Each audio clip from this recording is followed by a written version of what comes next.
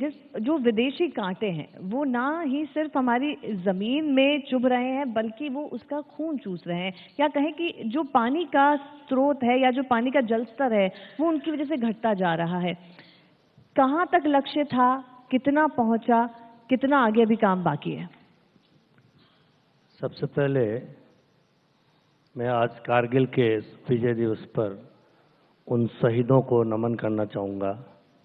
और साथ ही ईटीवी को सैल्यूट करना चाहूँगा कि एक ऐसा अनूठा कार्यक्रम जो इस राष्ट्र में आज सबसे ज़्यादा ज़रूरत है राष्ट्रीयता की भावना से जुड़ने की, और वो काम ईटीवी ने किया है। मैं ये भी चाहूँगा कि 1965 और 71 का जो युद्ध हुआ और भारत विजय हुआ, वो भी एक आगे ऐसा कार्यक्रम हो। आपने जो मुझे विलायती बबूल, विदेशियों को तो भगा दिया था 47 में, लेकिन ये विदेशी बबूल जो हैं ये आज हमारे देश के लिए एक अभिशाप बन गया है। और मैं लंबे समय से इसको,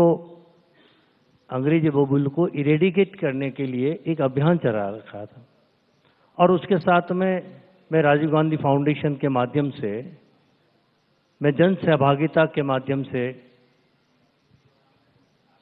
वाटर हार्वेस्टिंग का काम भी उसके साथ साथ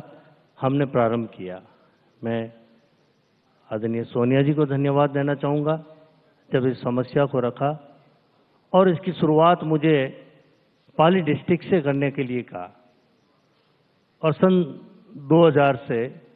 जन सहभागिता, आज जो मुख्यमंत्री जल स्वावलंबन की जो बात चल रही है, मैं जब विधायक था, हमारे मंत्री महोदय उस वक्त भी मंत्री थे, विराजमान है दो, और मुख्यमंत्री जी ने उस वक्त मेरे इस काम को पता चला कि ये पानी पे काम कर रहा है, और पार्टी विधायकों की बैठक में इस बात के लिए भी कहा कि कुशवीर सिंह ने पानी पे अच्छा काम किया। मैं धन्यवाद देना चाहूँगा कि सराहना हर अच्छे काम की होती है तो हौसला अफजाई होता है। मैं आज पाली जिले के उस क्षेत्र से मैं आता हूँ, सरकार के मंत्री महोदय विराजमान है, मुख्यमंत्री जल स्वावलंबन,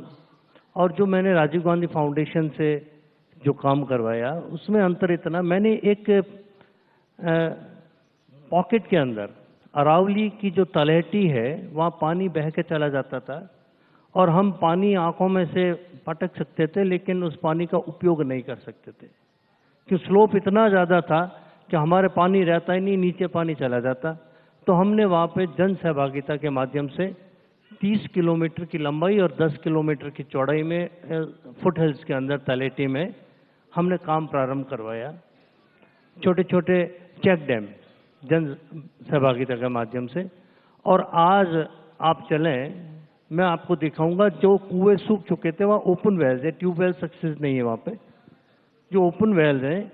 उनमें आज की तारीख में पानी ऊपर से ऑटोमेटिक मानसून में बाहर आता है। एक अपने आप में क्रांति है वहाँ पे, आज लोगों में इतनी खुशी है।